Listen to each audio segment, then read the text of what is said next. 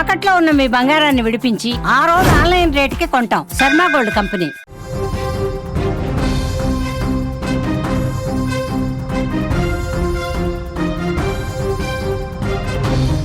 ఇప్పుడు యావత్ దేశాన్ని ఒకే ఒక అంశం కుదిపేస్తుంది.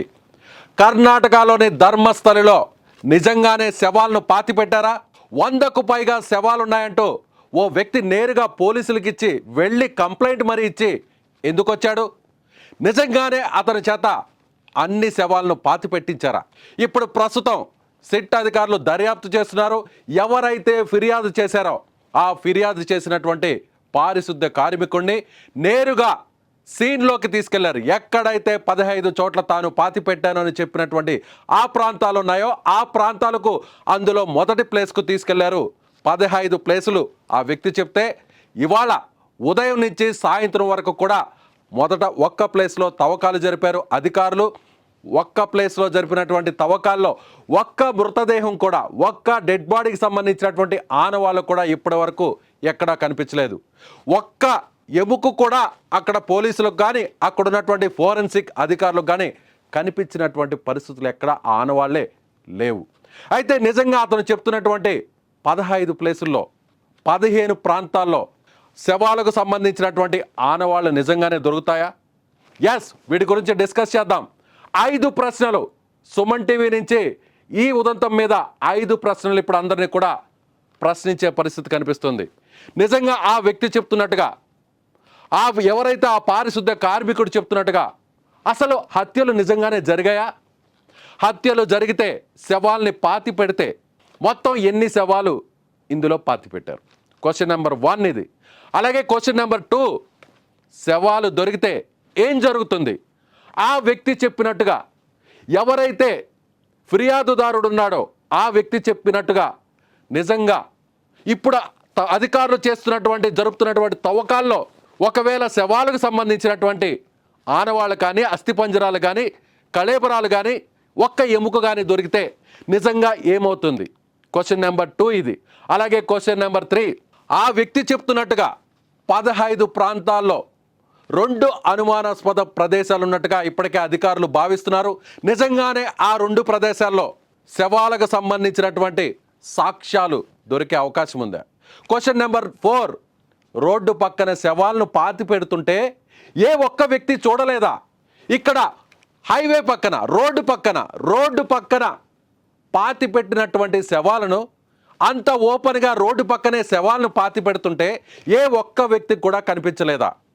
ఎస్, నిజంగా రోడ్డు పక్కన ఒకవేళ పాతి పెట్టి ఉంటే ఆ ప్రాంతంలో శవాలు ఆనవాళ్ళు దొరికితే ఒక పెద్ద సంచలనంగానే మారే అవకాశం ఉందా? అలాగే క్వశ్చన్ నెంబర్ 5, బయటకు వచ్చే శవాలు అనాథలవా, లేదంటే ఆ వ్యక్తి చెప్తున్నట్టుగా ఆడవాళ్ళకు సంబంధించినటువంటి వాళ్ళవా, లేదంటే బాలికలవా, స్కూలుకు కాలేజీలకు వెళ్తున్నటువంటి అమ్మాయిలను అన్యాయంగా అఘాయిత్యం చేసి చంపేసినటువంటి వారికి సంబంధించినటువంటి శవాలేనా? ఇలా హత్యకు గురైన వాళ్ళంతా కూడా ఆ వివరాలన్నీ కూడా అనాథలవా, లేదంటే ఇతను ఆరోపిస్తున్నట్టుగా మానభంగానికి గురై, అఘాయిత్యానికి గురై ఇలా చంపబడినటువంటి అమాయకుల అమ్మాయిలవే? వీటన్నిటి గురించి డిస్కస్ చేద్దాం. ఇప్పుడు ధర్మస్థలలో జరుగుతున్నటువంటి ప్రతి ఒక్క విషయం, ప్రతి ఒక్క దాని మీద సుమన్ టీవీ ఎక్స్క్లూజివ్గా మీకు అన్ని వివరాలు కూడా అందించబోతుంది. ప్రస్తుతం అసలు ధర్మస్థలంలో ఏం జరుగుతుంది? ఇప్పుడున్నటువంటి ఈ 5 ప్రశ్నలకు సిట్ అధికారులు కానీ, అక్కడ తవ్వకాలు జరుపుతున్నటువంటి వారు కానీ, అలాగే ఆ దేవస్థానానికి సంబంధించినటువంటి మేనేజ్మెంట్ కానీ ఏం సమాధానం ఇవ్వబోతుంది? వీటి గురించి డిస్కస్ చేద్దాం. న్యూస్ రూమ్ నుంచి మా న్యూస్ ఎడిటర్ తిరుమల్ మరింత సమాచారాన్ని అందిస్తారు. తిరుమల్, ఇప్పుడు ధర్మస్థల వ్యవహారం మొత్తం యావత్ దేశానంతా కూడా కుదిపేస్తున్నటువంటి విషయం మీకు తెలిసిందే. ఇప్పుడు 5 ప్రశ్నలు, ఇప్పుడు అందరినీ కూడా 5 ప్రశ్నలు తొలిచేస్తున్నాయి. నిజంగానే ధర్మస్థలలో హత్యలు జరిగి ఉంటే ఆ వ్యక్తి చెప్పినట్టుగా 100కు పైగా శవాలను పాతి పెట్టి ఉంటే అతను చెప్తున్నట్టుగా 15 ప్లేసుల్లో నేను పాతి పెట్టాను, అందులో చిన్నపిల్లల అమ్మాయిల శవాలు కూడా ఉన్నాయి, స్కూళ్ళకు వెళ్తున్నటువంటి అమ్మాయిల శవాలు కూడా ఉన్నాయి, ముఖం మీద యాసిడ్ పోసి చంపినటువంటి వ్యక్తులకు సంబంధించినటువంటి ఆడపిల్లల శవాలు కూడా ఉన్నాయని చెప్తున్నారు. ఎస్, ఇవాళ తవ్వకాలు జరిగాయి. ఈ తవ్వకాల్లో ఈ తవ్వకాల్లో కనీసం ఒక్క ఎవిడెన్స్ అయినా దొరికినటువంటి పరిస్థితి ఉందా? అక్కడ ఉన్నటువంటి తాజా అప్డేట్స్ ఏందో క్వశ్చన్ వైజ్ మనం డిస్కస్ చేద్దాం. ఈరోజు జరిగినటువంటి తవ్వకాలకు సంబంధించినటువంటి సమాచారం ఏదైనా సిట్ అధికారులకు లభించిందా? చెప్పాలంటే ఇవాళ ఉదయం నుంచి తవ్వకాలు జరిగాయి. దాదాపు 12 మంది కార్మికులను తీసుకొచ్చి సిట్ అధికారులు, ఈ అడిషనల్ డీజీపీ రేంజ్లో ఉన్న ప్రణబ్ మహంతి నేతృత్వంలో సిట్ అధికారులు, 3 ఐపీఎస్ ఆఫీసర్లు, అట్లాగే ధర్మస్థలికి ప్రాంతంలో ఉన్న రెవెన్యూ అధికారులతో పాటు 12 మంది కూలీలను తీసుకొచ్చారు అక్కడికి. 12 మంది కూలీలు ఎవరైతే అనామక పర్సన్, ఎవరైతే ఇక్కడ నేను హత్యలు చేసిన తర్వాత శవాల్ని పాతిపెట్టానని 15 ప్రాంతాలు ఏవైతే చూపించాడో ఆ 15 ప్రాంతాల్లో మొదటి ప్రాంతంలో ఇవాళ ఉదయం నుంచి తవ్వకాలు జరిగాయి. అయితే మొదట 6 అడుగుల లోతులో నేను డెడ్ బాడీస్ పాతిపెట్టానని అతను చెప్పాడు. ఆ 6 అడుగుల లోతు వరకు ఈ గుణపాలు పలుగులతో కొంత తవ్వే ప్రయత్నం చేశారు. కానీ 6 అడుగుల లోతు వరకు ఎటువంటి ఆనవాళ్లు దొరకకపోవడంతో మధ్యాహ్నానికి ఒక జేసీబీని తీసుకొచ్చారు. జేసీబీని తీసి ఆ గోతుల్ని దాదాపు 8 అడుగుల లోతు వరకు తవ్వారు. అప్పటికి కూడా ఎటువంటి ఆనవాళ్లు దొరకలేదు. అంతేకాదు డాగ్ స్క్వాడ్ని తీసుకొచ్చారు అక్కడికి పోలీసులు. డాగ్ స్క్వాడ్ని తీసుకొచ్చి అక్కడ డాగ్ స్క్వాడ్తో ఎంక్వైరీ చేయించారు. అక్కడ కూడా డాగ్ స్క్వాడ్స్ కూడా ఏమీ గుర్తించలేదు. అంటే ఇప్పుడు పెద్ద ప్రశ్నగా మారింది ఏంటంటే అసలు శవాల్ని పాతిపెట్టారా? అక్కడ మీరు అడిగినట్టు 5 ప్రశ్నల్లో మొదటి ప్రశ్నకి సమాధానంగా అసలు పాతిపెట్టారా, పాతిపెడితే ఎన్ని శవాల్ని పాతిపెట్టాడు? ఇతను చెప్పే మాటల్లో వాస్తవికత ఎంత ఉంది అనేది ఇప్పుడు అతిపెద్ద ప్రశ్నగా మారుతుంది. నిజంగా ఇతని మాటలు నమ్మొచ్చా? ఎవరైతే పూర్వపు పారిశుద్ధ్య కార్మికుడు ఎవరైతే ఉన్నారో, ఎవరైతే జూన్ 4వ తేదీన పోలీసులకు ఫిర్యాదు చేశారో, అతను చెప్పినట్టుగా నిజంగా శవాల్ని పాతిపెట్టిన సిచ్యువేషన్ అక్కడ ఉందా? అతను చెప్పేవి నిజాలా అనే ప్రశ్న ఇప్పుడు తెరపైకి వస్తుంది విజయ్. సో రెండో దశకి వెళ్తే, ఒకవేళ మీరు అడిగినట్టుగానే 5 ప్రశ్నలు అడిగినట్టుగానే శవాలు దొరికితే ఏం జరుగుతుంది? ఆ ప్రాంతంలో శవాలు దొరికితే ఏం జరుగుతుంది? ఇక్కడ చాలా మిస్టీరియస్గా కొన్ని ప్రశ్నలు తెరపైకి వస్తున్నాయి ఈ రెండో ప్రశ్నతో. ఒకవేళ అతను చెప్పినట్టుగానే శవాలు దొరికితే, అక్కడ శవాలు దొరికితే విజయ్, ఖచ్చితంగా ఇది ప్రపంచంలోనే అత్యంత సంచలనాత్మకమైన సంఘటనగా మారుతుంది. ఒకవేళ ప్రపంచంలోనే దీనిపైన మొత్తం దేశం, అంటే కేంద్ర ప్రభుత్వం కూడా ఇందులో ఇన్వాల్వ్ అవ్వాల్సిన పరిస్థితి ఏర్పడుతుంది. ఎందుకంటే ఒక చోట, ఒక రాష్ట్రంలో, ఒక మారుమూల ప్రాంతంలో, దక్షిణ కన్నడ జిల్లాలో ఒక దేవాలయానికి సమీపంలో, పరమ పవిత్రంగా భావించే మంజునాథ స్వామి ఆలయానికి సమీపంలో ఇంతమంది మహిళల్ని అత్యంతంగా దారుణంగా చెరిచి హత్య చేసిన సంఘటన నిజంగానే దేశం మొత్తాన్ని కుదిపేసే పరిస్థితి ఏర్పడుతుంది. కానీ ఇవాళకి తొలి రోజు మొదటి స్పాట్లో ఎటువంటి డెడ్ బాడీ దొరకలేదు కాబట్టి ఇవాళకి ఆ సంఘటన కాస్త మిస్టీరియస్గానే ఉందని చెప్పాలి. సో ఇందులో ఒకవేళ శవాలు దొరికితే దానిపైన విచారణ మరింత, అంటే ఇప్పుడున్న టీం సరిపోదు, సిట్కి మరింత లోతుగా విచారణ జరిపించాలి. ప్రభుత్వాన్ని కూడా కుదిపేసే అంశంగా మారే అవకాశం కనిపిస్తుంది. ఎందుకంటే ఆ డెడ్ బాడీస్ ఎవరివి, ఎక్కడి నుంచి వచ్చారు, ఏ రోజు వాళ్ళని పూడ్చిపెట్టారు, ఆ మృతదేహాలకి సంబంధించిన ఆ కళేబరాలు దొరుకుతాయి ప్రస్తుత పరిస్థితుల్లో. ఆ కళేబరాలకు సంబంధించిన DNA టెస్టులు చేయాలి, వాళ్ళ కుటుంబాలేవో గుర్తించాలి. గుర్తించిన తర్వాత ఆ రోజు ఆ అమ్మాయి ఎలా తప్పిపోయింది, ఈ కిడ్నాపర్ చేతికి, లేకపోతే ఎవరైతే హత్యలు చేశారని ఈ వ్యక్తి చెప్తున్నాడో వాళ్ళ చేతికి ఎలా చిక్కింది, చిక్కిన రోజు ఏం జరిగింది, ఈ వివరాలన్నీ వెలికి తీయాల్సి వస్తుంది. అది 1 కాదు 2 కాదు. ఇతని మాటల్లో మనకు స్పష్టంగా అర్థమవుతుంది. నేను 100కు పైగా శవాల్ని పాతిపెట్టాను. ఆ 100లో పూర్తి స్థాయిలో మహిళలే ఉన్నారు, అందులో మైనర్ బాలికలు కూడా ఉన్నారు, స్కూల్ యూనిఫామ్ వేసుకున్న అమ్మాయి కూడా ఉందని చెప్తున్నారు. కాబట్టి వీళ్ళ వివరాలన్నీ వెలికి తీయాల్సిన అవసరం ఏర్పడుతుంది. రెండోది వచ్చేసి ఇతను చూపించిన 15 ప్రాంతాల్లో 2 అనుమానాస్పద ప్రదేశాలు కనిపిస్తుంది. మొదటిది 13వ నెంబర్ స్పాట్, అట్లాగే 14, 15వ నెంబర్ స్పాట్. ఈ 3 స్పాట్లలో కొంత అనుమానాస్పద స్థితి ఉంది. ఎందుకంటే 13వ నెంబర్ స్పాట్ ఒక విలేజ్కి వెళ్ళే దారి పక్కనే ఈ 13వ నెంబర్ స్పాట్ ఉంది. అక్కడ డెడ్ బాడీని పాతి పెడితే ఎవరు గుర్తించలేదా? అది 95లో కావచ్చు, 98లో కావచ్చు, 2000 సంవత్సరంలో కావచ్చు, 2014లో కావచ్చు, ఒక చోట ఒక రోడ్డుకు పక్కనే ఒక డెడ్ బాడీని పూడ్చి పెడితే దాన్ని గుర్తించలేని స్థితి ఏర్పడింది అనేది అతిపెద్ద ప్రశ్నగా మారుతుంది. అదే సమయంలో అక్కడ డెడ్ బాడీ దొరికితే ఖచ్చితంగా ఇక్కడ హత్యలు జరిగాయని నిర్ధారించాల్సి వస్తుంది. At the same situation Dharmasthali highway పక్కన కూడా, అంటే 14, 15వ స్పాట్ ఏదైతే గుర్తించారో, ధర్మస్థలి హైవే పక్కన ఈ 2 స్పాట్లను గుర్తించారు. హైవే పక్కన శవాల్ని పాడితే, మామూలుగా ఒక విలేజ్కి వెళ్ళే దారి పక్కన శవాల్ని పాతి పెడితే సాధారణంగా ఎవరు చూడలేదనుకోవచ్చు. కానీ ఒక హైవే పక్కన శవాల్ని పాతి పెడితే, హైవే 24 గంటలు యాక్టివ్గా ఉంటుంది, రద్దీగా ఉంటుంది, ఎవరో ఒకరు కనిపెట్టే అవకాశం ఉంటుంది. కాబట్టి హైవే పక్కన శవాల్ని పాతి పెడితే ఎలా ఎవరు గమనించలేదనే ప్రశ్న ఇక్కడ ఉత్పన్నమవుతుంది. ఒకవేళ అక్కడ కూడా శవాలు దొరికితే ఖచ్చితంగా ధర్మస్థలిలో ఏదో మిస్టరీ జరిగిందనే అనుమానం అయితే రాక తప్పదు విజయ్. ప్రస్తుతానికైతే ఈ ప్రశ్నలన్నింటితో పాటు బయటకు ఒకవేళ శవాలు ఇక్కడ శవాల పైన కూడా చాలా కథలు ఉన్నాయి విజయ్. మొదటి నుంచి ఒక కథ నడుస్తుంది. ఇతను చెప్పినట్టుగానే అక్కడ నిజానికి ధర్మస్థలి చాలామంది వస్తుంటారు. అక్కడ సర్పంచ్ ఒక 2 రోజుల క్రితం ఒక స్టేట్మెంట్ ఇచ్చాడు. ధర్మస్థలికి చాలామంది భక్తులు వస్తుంటారు, ఇక్కడే తమ చివరి జీవితాన్ని గడపాలని ఆలోచిస్తుంటారు. అటువంటి వాళ్ళు ఇక్కడే ప్రాణాలు కోల్పోతుంటారు. అటువంటి డెడ్ బాడీస్ని అధికారికంగా మేము ఇక్కడ ఖననం చేస్తాము, లేకపోతే వాళ్ళ ఆచారాన్ని బట్టి క్రిమేషన్ చేస్తామని చెప్తున్నారు. ఒకవేళ డెడ్ బాడీస్ అధికారికంగా ఈ ఏరియాలో ఖననం చేస్తే, అధికారికంగా ఖననం చేసినప్పుడు ఒక ప్రత్యేకమైన ప్రాంతం ఉంటుంది, మనకు తెలుసు. అది నేత్రావతి నదీ తీరం కావచ్చు, లేకపోతే ఇంకో చోట కావచ్చు. కానీ రోడ్డు పక్కన ఖననం చేసే అవకాశం ఉండదు. కాబట్టి ఒకవేళ అనాథ శవాల్ని పాతామని గ్రామ పంచాయతీ వాళ్ళు కానీ అక్కడ చెప్తున్న వాళ్ళు కానీ చూస్తే రోడ్డు పక్కన ఎందుకు పాతేశారనే ప్రశ్న తెరపైకి వస్తుంది. ఏది ఏమైనా మొత్తానికైతే ధర్మస్థలిలో ప్రస్తుతం కొనసాగుతున్న విచారణ అటు ప్రభుత్వాన్ని కుదిపేస్తుంది, ప్రతిపక్షాల నుంచి అనేక ప్రశ్నల్ని సంధిస్తుంది, మొత్తం భారతదేశం దృష్టిని ఆకర్షిస్తుంది విజయ్. ఇప్పుడు ఏ వ్యక్తి అయితే అక్కడ ఫిర్యాదు చేశాడో, కంప్లైంట్ చేశాడో, ఆ వ్యక్తి చేసినటువంటి ప్లేసు భారతదేశంలోనే అత్యంత ప్రముఖ పుణ్యక్షేత్రాల్లో ఒక క్షేత్రం ఈ ధర్మస్థలి. అక్కడ మంజునాథ స్వామి కొలువై ఉన్నాడు. సో ఇప్పుడు చేసినటువంటి ఇతను ఆరోపణ అనాలో, లేదంటే నిజంగానే అక్కడ శవాలకు సంబంధించినటువంటి ఆనవాళ్ళు దొరికితే మొత్తం ఈ పుణ్యక్షేత్రానికి సంబంధించి కూడా హిందువుల మనోభావాలు దెబ్బతినే అవకాశం ఉందా లేదా? సో ప్రభుత్వానికి కూడా ఇది చాలా ఒక రకంగా చెప్పాలంటే ఒక పెద్ద సవాల్.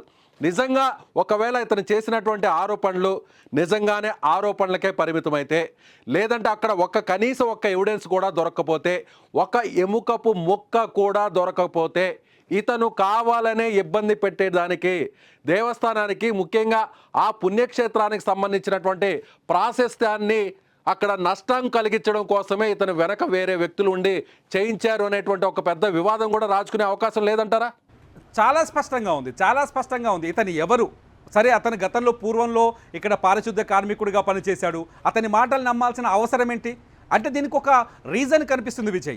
ఎప్పుడైతే అతను జూన్ 4వ తేదీన పోలీస్ స్టేషన్కి వచ్చాడో, వచ్చేటప్పుడు తను ఒక లాయర్ని తీసుకొని వచ్చాడు.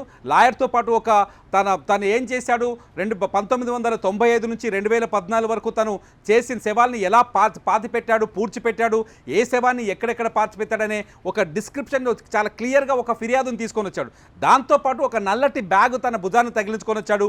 ఆ బ్యాగుతో పాటే కోర్టుకు వెళ్ళాడు. ఆ బ్యాగులో ఒక మహిళ శవానికి సంబంధించిన, ఒక మహిళ శరీరానికి సంబంధించిన అస్థిపంజరం ఉంది, ఆమె ఎముకలు ఉన్నాయి, వాటిని కూడా తీసుకొచ్చారు. దీంతో కోర్టు కూడా, పోలీసులు కూడా, ప్రభుత్వం కూడా నమ్మాల్సిన పరిస్థితి ఏర్పడింది. సో ప్రస్తుతానికి అంటే ఇవాళ మొదటి స్పాట్లో తవ్వకాలు జరిపే నాటికి అతని మాటల్ని అంటే నమ్మకంగానే ఉంది సిట్. నిజంగానే ఏదో దొరికే అవకాశం ఉంది, ఏదో జరిగిందనే ఒక ఆలోచనతో సిటీ విచారణ చేస్తుంది. కానీ ఇవాళ మొదటి స్పాట్ తవ్విన తర్వాత అక్కడ ఒక ఎముక కూడా దొరక్కపోవడం, ఎటువంటి ఆనవాళ్ళు లేకపోవడం, అతను చెప్పినట్టుగానే 6 అడుగుల లోతులో ఎటువంటి ఆనవాళ్ళు దొరక్కపోవడం, ఒకటి కాదు, 2 కాదు కదా, 100 శవాలు పాతిపెట్టానని చెప్పాడు కాబట్టి, 100 శవాలకు పైన పాతిపెట్టానని చెప్పాడు కాబట్టి ఒక్క డెడ్ బాడీ కూడా దొరక్కపోవడం, ఇదంతా చూస్తుంటే ఇతని మాటలపైన ఇప్పుడు సందేహాలు కూడా కలిగే అవకాశం ఉంది. ఆ ఎముకలు అక్కడికి వెళ్ళినటువంటి దృశ్యాలు మనం ఒకసారి చూస్తే, ముఖ్యంగా అక్కడ ఉన్నటువంటి మన సుమన్ టీవీ ప్రతినిధి ఎక్స్క్లూజివ్గా అక్కడ తవ్వకాలు జరుపుతున్నటువంటి ఆ ప్రాంతం కావచ్చు, లేదంటే అక్కడికి వెళ్తున్నటువంటి ఆ టీం కావచ్చు, ఎవరైతే కంప్లైంట్ చేశాడో ఆ కంప్లైంట్కి సంబంధించినటువంటి వ్యక్తిని తీసుకెళ్తున్నటువంటి ఆ దృశ్యాలన్నీ కూడా మనం చూస్తున్నాం. అయితే మొదట గుణపాలు కొన్ని పలుగు పార్లు తీసుకెళ్ళి అక్కడ తవ్వకాలను ప్రారంభించారు. కానీ అక్కడ కేవలం గుణపాలతో తవ్విన తర్వాత ఎలాంటి ఆచూకీ కానీ ఎలాంటి ఎవిడెన్స్ లేకపోవడంతోనే చివరకు జేసీబీని రంగంలో కూడా తెచ్చారు. అయినా 6 అడుగుల మేర కూడా తవ్వినా కూడా ఒక్క ఎముకపు ముక్క కూడా దొరక్కపోవడం వల్ల ఒక రకంగా ఇది అతను చెప్పినటువంటి మాటలను ఎంతవరకు నమ్మాలి అనేది పోలీసులు ఇప్పుడు ఆ కోణంలో ఆలోచించే పరిస్థితి లేదంటారా? ఉంది. ఎందుకంటే ఫస్ట్ డే కాబట్టి చాలా ప్రశ్నలు మిగిల్చింది ఫస్ట్ డే ఇన్వెస్టిగేషన్. ఎందుకంటే నిన్న అతన్ని తీసుకొచ్చి 15 స్పాట్లను గుర్తించారు. ఇవాళ అతను వచ్చిన తర్వాత మొదటి స్పాట్లో భారీ బందోబస్తు మధ్య తవ్వకాలు జరిపారు. మీరు విజువల్స్లో కనిపిస్తున్నాయి. సో ఈ తవ్వకాల్లో ఎటువంటి ఆనవాళ్ళు దొరక్కపోయేసరికి 2వ ప్లేస్లో రేపు తవ్వుతారా లేదనే ప్రశ్న కూడా తలెత్తుతుంది. ఎందుకంటే ఇతన్ని ఇప్పుడు మానసిక పరిస్థితిని కూడా ఖచ్చితంగా అంచనా వేయాల్సిన అవసరం ఉంది. అతని మానసిక ఆరోగ్యాన్ని కూడా ఖచ్చితంగా పరిశీలనలోకి తీసుకోవాల్సిన పరిస్థితి ఏర్పడింది. సో అతని మానసిక మెంటల్ స్టేటస్ ఏందనేది ఇప్పుడు తేలే వరకు, అంటే రేపు తవ్వకం జరుగుతుందా లేదా, అంటే 2వ స్పాట్లో రేపు తవ్వకాలు జరిగే అవకాశం ఉందా లేదా అనే ప్రశ్న చాలా బలంగా కనిపిస్తుంది. ఇవాళైతే మొదటి ప్లేస్లో తవ్వారు. రేపు గనక ఒకవేళ ఇతను చెప్పిన సెకండ్ ప్లేస్లో ఏదైనా ఆనవాళ్ళు దొరికితే కథ మారే ఛాన్స్ ఉంది. రేపు కూడా ఎటువంటి ఆనవాళ్ళు, ఎటువంటి అస్థిపంజరాలు కానీ, శవాల తాలూకు అంశాలు కానీ, అవశేషాలు కానీ దొరక్కపోతే మాత్రం ఖచ్చితంగా రేపటికి కథ మరో మలుపు తిరిగే అవకాశం ఉంటుంది ఈ 100 శవాల కథ. ఎందుకంటే అతని మానసిక స్థితిని పరిశీలించాల్సిన అవసరం పడుతుంది. ప్రస్తుతానికైతే వైద్యులు అతన్ని పరీక్షలు చేశారు, అతని ఆరోగ్యం సరిగ్గానే ఉందని చెప్తున్నారు. కొందరేమో ఇతన్ని ఖచ్చితంగా లైట్ డిటెక్టర్ టెస్టులు చేయాలి, ఇతను చెప్పేది అబద్ధమా నిజమా అనేది సైంటిఫిక్గా తేల్చాలని మరికొందరు డిమాండ్ చేస్తున్నారు. ధర్మస్థలి ప్రజలు పూర్తిగా ఇతనికి వ్యతిరేకంగా ఉన్నారు. ఎవరైతే ఫిర్యాదుదారుడు ఉన్నారో ఇతనికి వ్యతిరేకంగా ఉన్నారు. మా మనోభావాల్ని దెబ్బతీసే విధంగా, మా ధర్మస్థలి క్షేత్ర ప్రాశస్త్యం కావచ్చు, ప్రాధాన్యతను కావచ్చు తగ్గించే ఉద్దేశంతో ఇతను ఇటువంటి ఆరోపణలు చేస్తున్నారని చెప్పే విధంగా ఉన్నారు. మనం ధర్మస్థలిలో చాలామంది పబ్లిక్తో మాట్లాడాం, వాళ్ళ వాయిస్లు తీసుకున్నాం. వాళ్ళు చాలా స్పష్టంగా చెప్తారు, ఇక్కడ ఎటువంటి హత్యలు జరగలేదు, ఇక్కడ మహిళలకు పూర్తి స్థాయి రక్షణ, సంరక్షణ, భద్రత ఉంది. ధర్మస్థలి దేవస్థానం ఇక్కడి ప్రజలకు సేవలు చేస్తుంది. ఆ సేవలను పొందుతూ అక్కడ ప్రజలు చాలా ప్రశాంతంగా, స్వతంత్రంగా జీవిస్తున్నారు. రాత్రిపూట కూడా ఏ ప్రాంతంలో అయినా నిద్రించే వీలుంది, అంత సెక్యూరిటీ ఉందని చెప్పేసి ధర్మస్థలి గ్రామ ప్రజలు చెప్తున్నారు. అంతేకాదు సిట్ వేసిన తర్వాత ప్రభుత్వానికి వాళ్ళు ధన్యవాదాలు కూడా చెప్తున్నారు. ఎందుకంటే సిట్ వేయటం వల్ల ధర్మస్థలి పైన ఎప్పుడూ రాని ఈ ఆరోపణ, ధర్మస్థలి క్షేత్రం పైన ఎప్పుడూ రాని ఈ ఆరోపణ పైన ఒక స్పష్టమైన విచారణతో కూడిన నివేదిక వస్తుంది, ఒక స్పష్టమైన నివేదిక వస్తుంది, దానిపైన స్పష్టత వస్తుందని ఒక నమ్మకంతో ఉన్నారు. ఇవన్నీ రేపు అంటే ఫర్దర్గా ఇవాళ మొదటి ప్లేస్లో తవ్వకం జరిగింది, రెండో ప్లేస్లో. ఎందుకంటే ఇక్కడ కొంత డౌట్ఫుల్గా మనం కూడా ఆలోచించవచ్చు. సహజంగా అతను చెప్పింది 1995 నుంచి 2014 వరకు అని చెప్పాడు. 95లో పాతిపెట్టిన శవాలు కావచ్చు, 2014లో పాతిపెట్టిన శవాలు కావచ్చు. ఆ మట్టిలోకి వెళ్ళిన తర్వాత వాటి పరిస్థితి ఏందని అంచనా వేయలేం. ఎముకల విషయంలో అంటే అస్థిపంజరాలు దొరుకుతాయా లేదా అనేది చెప్పలేం. అంతేకాదు అతను మిస్లీడ్ అయ్యే అవకాశం కూడా ఉంది. ఎందుకంటే 2014లో ఆయన పారిపోయాడు అక్కడి నుంచి. అతను పారిపోయి 11 ఏళ్ల తర్వాత అంటే 2025లో తిరిగి వచ్చాడు. ఈ 11 ఏళ్లలో అతను ఏం చేశాడు, ఎక్కడున్నాడు, ఏ రాష్ట్రంలో ఉన్నాడో తెలియదు.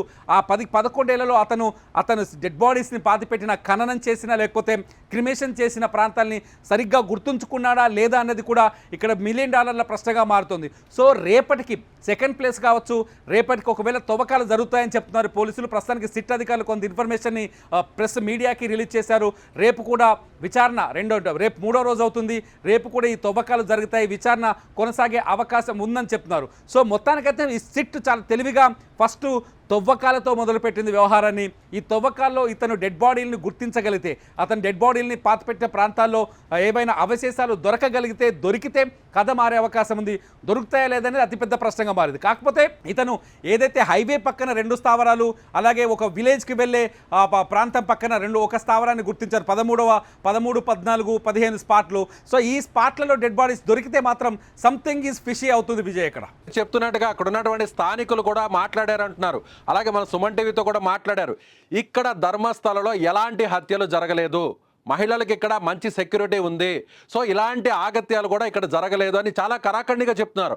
అయితే ఇప్పుడు అక్కడ చెప్తున్నటువంటి ఎవరైతే ఫిర్యాదుదారుడు ఉన్నాడో అతను చెప్పినటువంటి ఆ ప్లేసెస్లో కనీసం ఏదైతే అలాంటి ఆనవాళ్ళు దొరికినా, లేదంటే అస్థిపంజరాలు కానీ, లేదంటే వేరే ఇతర మృతదేహాలకు సంబంధించినటువంటి ఎముకలు కానీ దొరికితే అప్పుడు ఖచ్చితంగా ఈ కేసు మరో టర్న్ తీసుకునే అవకాశం ఉందంటారా? అంటే ఒకవేళ మీరు చెప్తున్నట్టుగా, అక్కడ గ్రామస్తులు చెప్తున్నట్టుగా నేత్రావతి నది ఒడ్డున చనిపోవాలని చాలామంది కోరుకుంటారు.